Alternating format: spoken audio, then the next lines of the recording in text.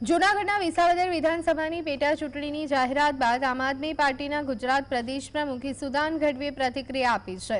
તેમણે આક્ષેપ કર્યો છે કે કોંગ્રેસે આ પેટા ચૂંટણીમાં પોતાનો ટેકો જાહેર ન કર્યો, જેના કારણે રાજકીય ગતિશીલતામાં ભાજપને ફાયદો થઈ શકે છે।